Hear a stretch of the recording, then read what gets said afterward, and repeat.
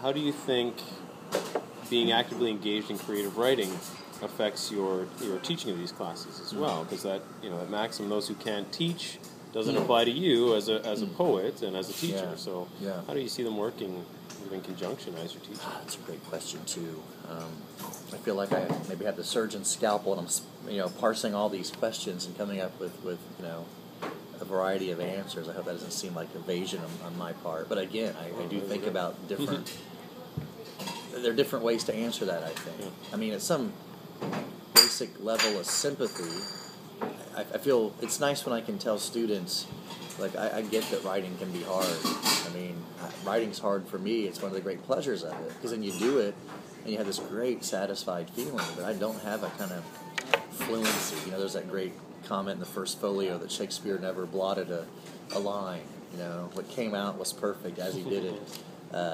Ben Jonson was a little nasty about that. Look at, he blotted 1,000. Yeah. He had all sorts of revision he should have been doing, I guess the first point for me would be sympathy. If you are someone who's actively writing, and not that if you're a teacher who doesn't write, you're not sympathetic, but for me that's just one kind of visceral place where I get if a poem is hard to write. I get if you're disappointed that you were trying to write it and you did it, but it just didn't come out as you were hoping it would. I mean, so that's one thing.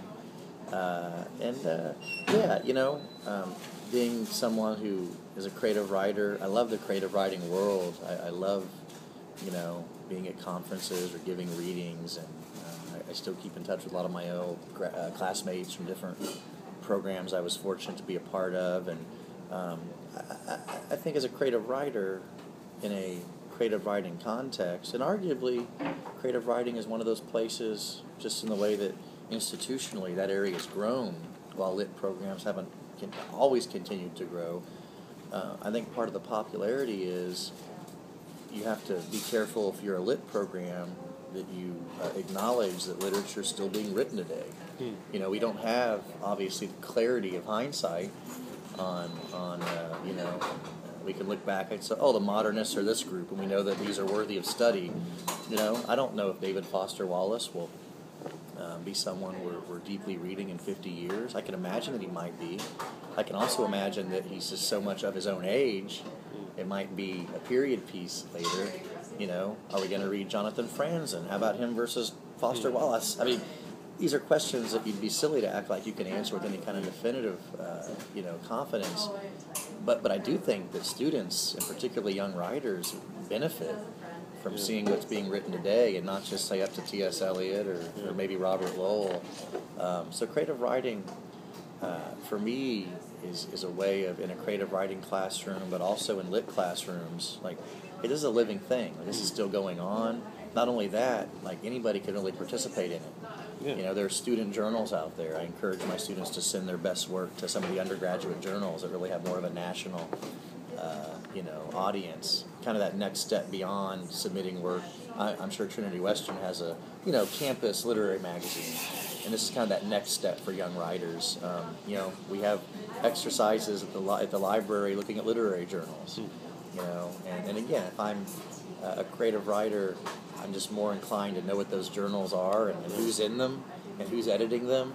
And again, if you're not a creative writer, a lit prof might be just as sensitive to contemporary literature. But for me, at least, since I do Renaissance literature, and I'm so often, I have my mind and my imagination 400 years back, my own writing kind of keeps me fresh, I think, in that contemporary literary landscape. It's just one I enjoy immensely. Yeah. So there's a couple things that come to mind. Yeah, great. Can I mention one drawback? Yeah, for sure. You'd always feel less like you're a split personality. A literature professor has this with his or her research. I'm in the library. Well, I need to get my syllabus ready. And, we live these kind of juggling lives, I think, in academia. And with as a writer, it's kind of an identity issue, too. If you're filling out a form at the border, are you teacher? Are you writer? Are you scholar? It's good to kind of think about, if you must, hopefully you don't have to give priority, because they're all part of what you do, and they're symbiotic, ideally, and they go together well. But, there are definitely times, teaching being a demanding profession, as you well know, you got to make tough decisions about when do you just prioritize that. And often, it's very often, and you want classes to go well and you want to be responsive and do right by students. There are times for me when that's kind of a tension, and you're in the middle of a project and you kind of feel an urgency about it. You have that kind of dreadful sense that I got to give time to this, because if I don't, it's going to vanish. It's going to dissolve on me. And it's a very baseline, kind of dully practical way of looking at it. But I think, in the heat of a term, very often you count on not getting any writing done. And I don't quite know how to nobly rise above that, but I always want to rise above it. I'm always aware that, I wish I could clone myself. And the one person who's the dutiful teacher, but then also the fellow who's off, really kind of continuing with some slow-moving projects and getting some of these things done. So just to complicate the answer a little bit there. It is tricky sometimes, too. That's good.